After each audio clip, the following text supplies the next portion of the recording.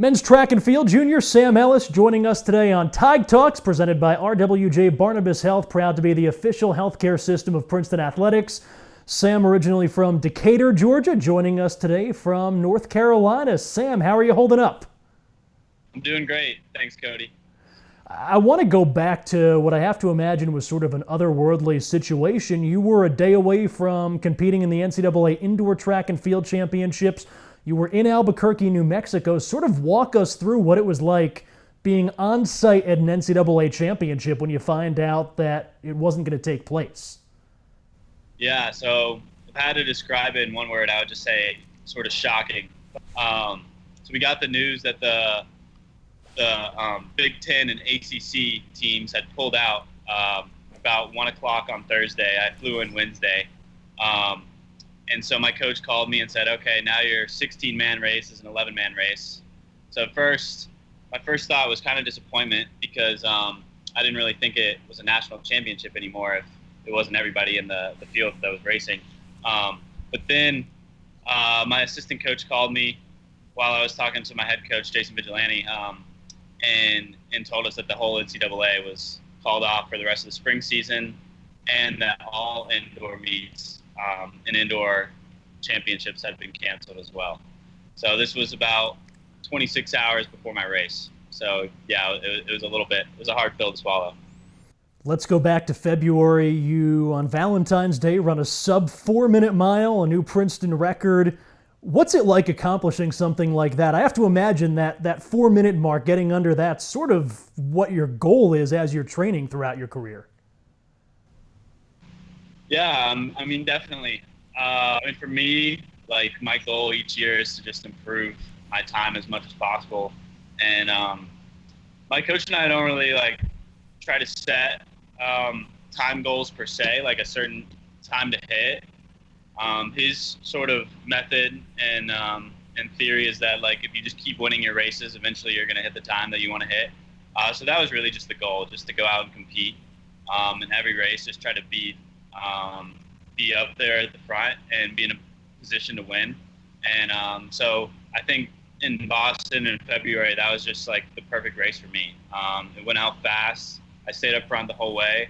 I had a lot of guys that pushed me, and I honestly didn't even look at the clock once. I just crossed the line and saw the time, and I was shocked. I was elated. You were part of Princeton's 6th straight indoor title, so far you're 3 for 3 in your career with indoor Ivy League championships. And I have to imagine that success and that sustained success was a big reason you decided to come to Princeton. But now that you're on the inside and you have 3 years under your belt, what makes this program so special and able to compete at such a high level year after year? Yeah, absolutely. So I think as far as the Ivy League goes, Princeton just has such depth in our track and field team. We have so many guys across so many events that are just so strong. Whereas other teams might have a pretty strong cross-country team or a pretty strong field team or a pretty strong sprints team. We have the trifecta, all three. And our guys just really, really want to win. We're at a point where we haven't lost in a long time, as you said. And so we don't even want to know what that feeling feels like. And we're led by an amazing coaching staff. And they have the same, motivation and mindset that we do. We don't want to lose. Right now, I know right now you're up in North Carolina and at least your NCAA season's over, but how have you been staying in shape? How has your training changed a little bit since you've been off campus? Yeah, so it's changed a lot. Like I said, it was definitely shocking to hear that, the NCAA championships, everything that I trained for was canceled because, for everybody else, for the outdoor season to be canceled, it was definitely a shock as well. But, you had a little time to process it before the season kind of took place. But for me, I was there at the championships ready to go, and it kind of just felt like I got everything pulled out from under me. So definitely took a week or so to just relax and sort of took it as the end of the season, really. But then after that week, I've been slowly building back up my training. And now, not knowing really when the next time I'm going to race is, I'm just in a long base phase. So I'm just trying to build as many miles as I can, whenever I can. not really on that 4:30 to 6:30 practice program anymore, but I'm just getting in workouts whenever I can.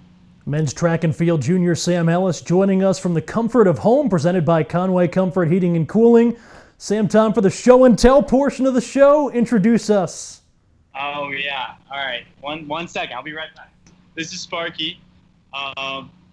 He's my fishing buddy. He's not very good for running or training, but he's a good companion otherwise. He's keeping me entertained up here in quarantine.